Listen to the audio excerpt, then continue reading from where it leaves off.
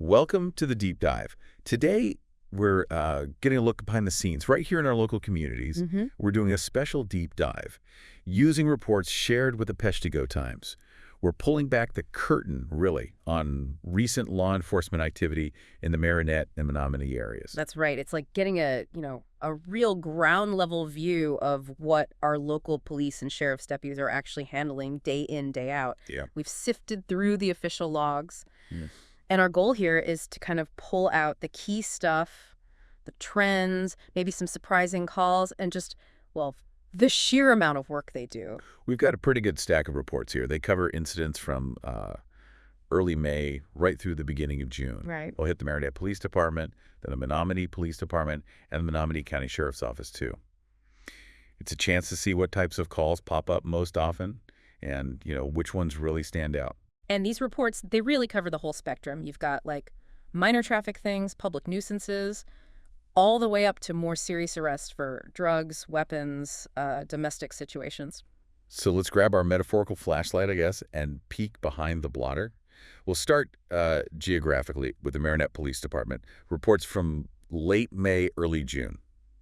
Okay. Let's dig in. All right, kicking off with Marinette PD, May 23rd through June 1st. So Tuesday, May 27th. The day started, well, pretty quietly, it seems. Traffic accident, Blaine Street and Kearney Avenue. Okay. Operators listed as Brenda Gertz and Deborah Williams. Right. And crucially, no injuries, no citations. Just a standard fender bender to start the day off. Happens all the time. Exactly. Those calls still take up officer time, though. Yeah. Documenting it all. Sure do, even the minor ones. And we saw a couple of smaller citations that day. Carol Holland cited for retail theft. That's 2900 Roosevelt Road. Shoplifting. And Jane M. Magnuson cited for public nuisances Yeah. affecting peace and safety. That was 325 Street, 8th Street.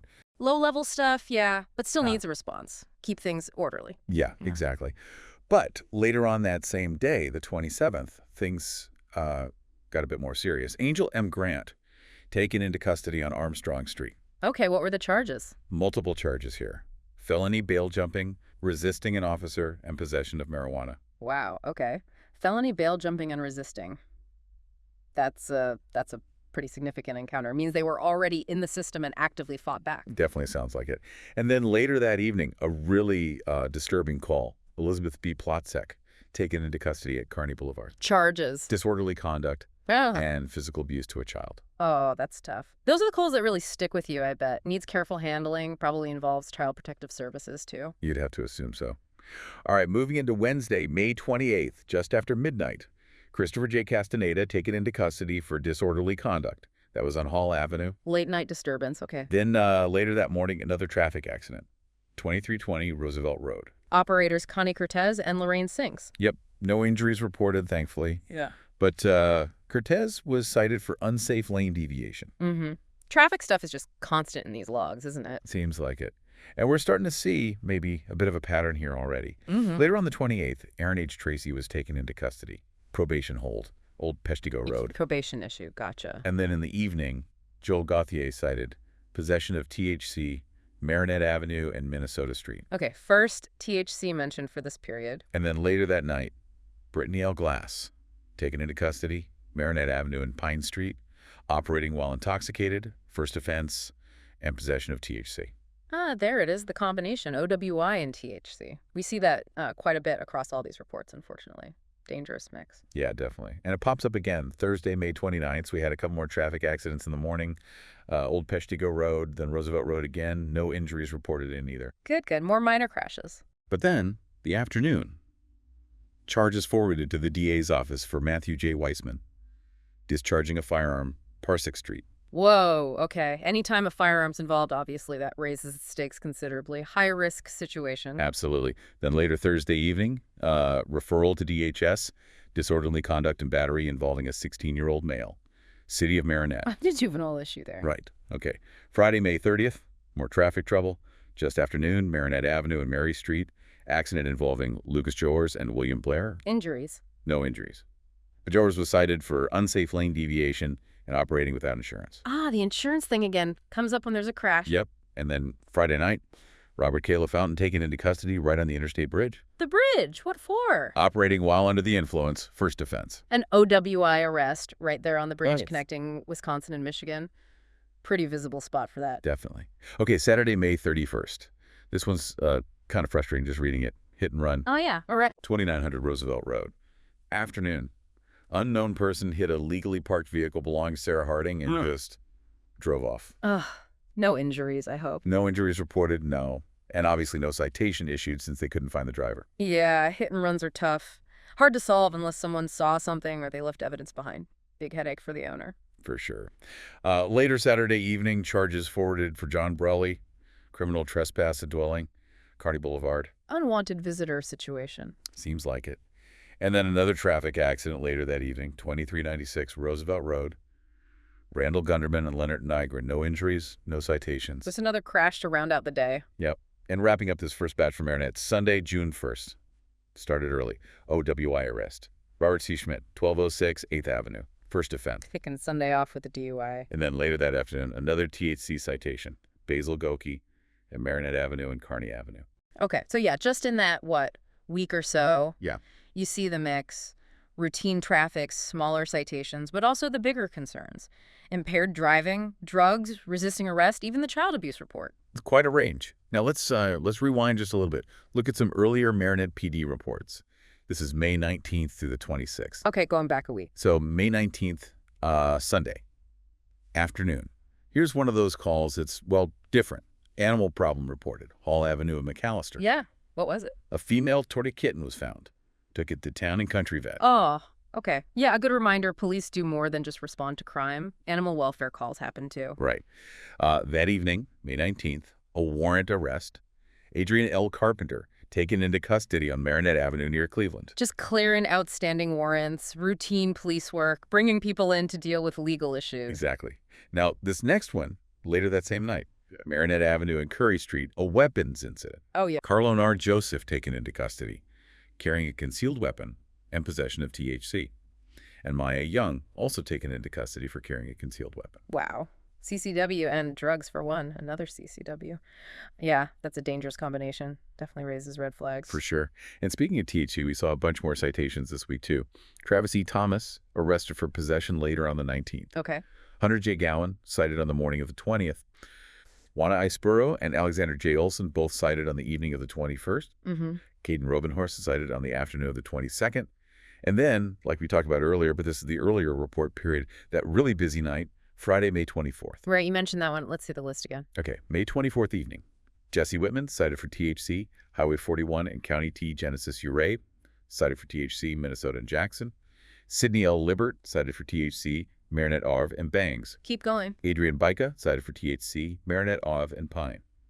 Antonio Mancamedas-Hawk, cited for THC, County Road T and Highway 41.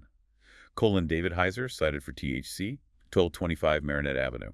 I mean, wow. That is just citation after citation for THC that night. Almost seems coordinated, or maybe just a really, really busy night for patrol finding it. It really stands out, doesn't it? What's going on? We also saw, early on May 20th, another repeat OWI offender. Yeah.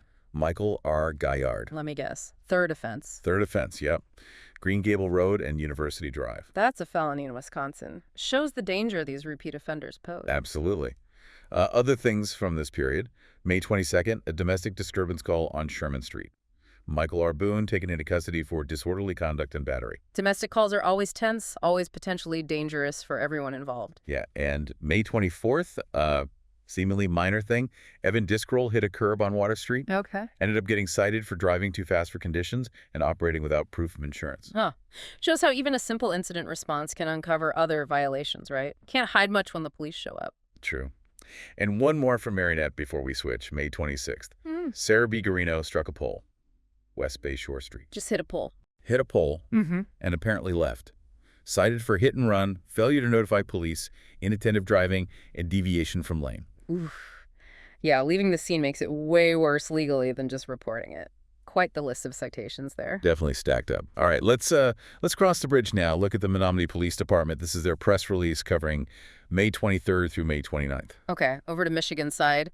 And yeah, remember, these reports use age and gender, not name, different style, but same kind of info. Right. So May 23rd, Friday morning, 24-year-old male arrested for driving an unregistered vehicle. 16th Avenue and 13th Street. Basic traffic stop. Later, a 39-year-old male arrested for not having his operator's license on him. 10th Avenue and 18th Street. License issue. Okay. Evening, a 34-year-old female arrested on a misdemeanor warrant. Menominee PD warrant. 2500 block of 10th Street. Warrant served. And then later, a 21-year-old male cited at Himes Park Drive. This is interesting. Cited for consuming marijuana in public or smoking in a prohibited place, and for having a weapon without a concealed carry permit. Ah, okay. So yeah, marijuana might be legal for adults, but where you consume, it still matters. And then mixing that with weapon permit laws gets complicated. Seems so. Now, Saturday, May 24th, very serious report here. Morning. 4100 block of 13th Street. Officers investigated a report of felonious assault with a motor vehicle. Wow. Yeah, using a vehicle as a weapon. And so? That's incredibly serious, life-threatening stuff. Definitely jumps out. And look at this, another repeat OWI offender in Menominee. That evening, 34-year-old female arrested, operating while intoxicated, third offense, and for no operator's license. 13th Street and 10th Avenue. Third offense, OWI, felony in Michigan too, just like Wisconsin. And driving without a license on top of it, not good. Also on the 24th, an interesting bit of cooperation. Menominee officers assisted Marinette County Sheriff's Department. A suspect fled from Marinette into Menominee near 13th Street and 20th Avenue. Right. That shows how important that cross-border, cross-jurisdiction teamwork is. Suspects don't always respect the state line, you know? Police have to work together seamlessly. Good point. Okay, Sunday, May 25th, saw a bench warrant arrest for a 60-year-old female. And on a lighter note, officers helped someone locked out of their car on 10th Street. Yeah, see, those general assists, not always crime fighting, sometimes just helping folks out. Part of the job that often gets overlooked. True. Later on the 25th, a 30-year-old male arrested for violating his probation.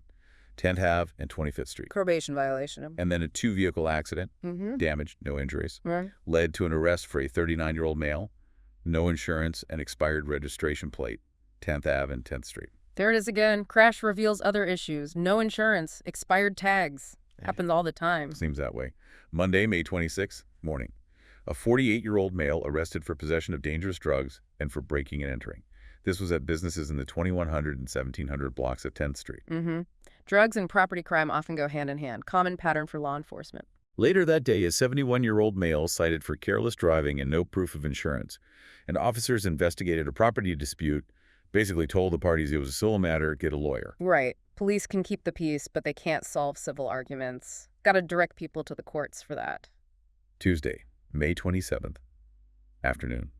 48-year-old male arrested for OWI and for refusing a preliminary breath test. 1000 block of 13th Street. Ah, the refusal. That carries its own penalties, separate from the OWI itself. Good point. Wednesday, May 28th, early morning. Got some juvenile issues here. 15-year-old male arrested, larceny from a motor vehicle, curfew violation, and minor in possession of vaping products. 16th Ave and 14th Street. Wow, trifecta there. Larceny, curfew, vaping, common issues seen together in juvenile cases sometimes. Also on the 28th, officers investigated a B&E and malicious damage report at a school. 1800 block of 18th Avenue. Vandalism or break-in at a school, not good. On a more positive note, though, citizens turned in found property that day. A local business turned in a found credit card, and someone else turned in an Apple iPod found at Triangle Park. That's nice to see. Honest people doing the right thing. Good counterpoint to the crime reports. Definitely. And finally, for Menominee PD, Thursday, May 29th, afternoon. 55-year-old female arrested. Possession with intent to use another person's debit card and using a computer to commit a crime. 2300 block of 10th Street. Okay, so financial crimes. Debit card fraud using tech shows how crime involves computers more and more. Good point. Okay, last section here. Let's move out of the cities and look at the Menominee County Sheriff's Office activity report. This covers an earlier period in May, the 7th through the 14th. Covers the whole county, townships, villages. Right. Sheriff's Office covers a much bigger geographic area. Often means a different kind of call mix. More rural issues, maybe different types of interaction. Okay, so Tuesday, May 7th. Late morning, deputy responded to a business in Powers Village. Trespassing subject warned. Simple warning, okay. Evening, responded to Menominee Township for a reported 15-year-old runaway juvenile. Was located later. Runaway found. Good. And later that day, this is notable, deputies stopped a vehicle in Harris Township. Operator was found to be experiencing a mental health crisis. Oh, wow. What happened? They transported the person to OSF Hospital in Escanaba for help. Yeah, that really highlights a huge part of modern policing, doesn't it? Acting as first responders for mental health crises, Yeah. diverting people towards care instead of jail when appropriate. That's crucial work. Absolutely. Thursday, May 9th, early morning. Deputies dispatched to Hermansville Village. Male subject arrested for trespassing and being disorderly. Lodged in jail. Early morning disturbance and arrest. Friday, May 10th, afternoon. Deputy investigated an assault complaint in Stevenson Township. Okay, assaults investigation. Saturday, May 11th, afternoon. Investigated a trespassing complaint in Gorley Township. More trespassing. And later, this one stands out, deputies investigated an ORV versus vehicle personal injury collision, Daggett Township. Ooh, ORV crash with injuries. Those can be really serious, especially out in the county. Needs a specialized kind of investigation sometimes. Yeah, sounds like it. Sunday, May 12th, morning. A civil dispute investigated in Lake Township. Non-criminal dispute. Later, another juvenile runaway complaint investigated in Menominee Township. Second runaway report in this short period. And evening, vehicle stopped for a traffic violation in Harris Township. Operator cited for no driver's license and no insurance. Released to appear in court. Again, traffic stop turns up the license and insurance issues. Very common thread. Monday, May 13th, morning. Deputy investigated a loose dog complaint in Stevenson Township. Owner got ticketed. Huh? Pet problems leading to a ticket. Happens. Afternoon, subject arrested on a valid friend of court warrant. Lodged in jail. Friend of court warrants. Usually family court stuff, right? Child support, custody orders, things like that. Sounds right. And Wednesday, May 14th, afternoon, another assault complaint investigated, this time in Lake Township. Second assault report in the county for this week. And shortly after, a complaint originating from MIMDHHS, that's Michigan Dept of Health and Human Services, was investigated in Harris Township. Okay, so an investigation prompted by the state health department. Could be anything, really. Now, the sheriff's report also included these really interesting summary stats for this period, May 7th to 14th. Gives a much broader picture. Oh, yeah. Like what? Well, beyond these specific incidents we just listed, deputies also handled 12 911 false calls. 12 false alarms. Yeah, that eats up time and resources. Right. They made 57 traffic stops, handled 58 general assists, like helping stranded motorists, things like that. Nearly 60 general assists in a week. That's a lot of non-criminal interaction. Responded to 6 traffic collisions. Conducted 21 follow-up investigations from previous incidents. Okay. Served 10 subpoenas or civil processes, had 1 canine assist, and responded to 1 alarm. Wow. Those numbers really paint a picture, don't they? It just underscores the sheer volume and, frankly, the variety of stuff the sheriff's office deals with beyond just the arrests or the detailed reports we focus on. False alarms, helping people, traffic, follow-ups. It's constant and diverse. It really is. So, okay, let's try to wrap our heads around this. What's the big picture looking behind the blotter like this? We've seen a snapshot from Marinette, Menominee City, Menominee County, over the last month or so. Well, we definitely saw some recurring themes, right? Traffic accidents are everywhere. Yeah. Impaired driving arrests, OWIs, DUIs keep popping up, including those troubling repeat offenders. Yeah. And a really noticeable number of citations for possession of THC, especially in Marinette, it seemed, but present elsewhere, too. Those seem like pretty persistent challenges locally. For sure. But the reports also just show the incredible range of calls, don't they? I mean, from helping lost kittens and people locked out of cars, all the way to handling serious domestic violence, investigating burglaries, responding to weapons calls, dealing with mental health crises, even the financial crime stuff. It really does illustrate just how complex and, frankly, unpredictable police work is. Officers have to be ready for literally anything on any given shift. And so much of that work just happens quietly, doesn't make headlines. Yeah. Reading through these public reports, it's a powerful reminder of just how much is going on under the surface in our communities every single day, stuff most of us just don't see. It definitely gives you a deeper appreciation for the constant vigilance needed from law enforcement and just the sheer number of interactions they have. And, it makes you think a little more about your own awareness, your surroundings. Exactly. Just being informed about what's actually happening locally, that's kind of the first step, isn't it? Yeah. So maybe the thought to leave folks with is seeing this level of activity, all these different types of incidents, what does that make you think about your own neighborhood? And maybe what role can regular citizens play, beyond just reporting crimes in helping build a safer community overall? That's a really good question to ponder. Well, thanks for joining us for this deep dive behind the blotter using reports shared with the Peshtigo Times. Yeah, stay safe out there, everyone.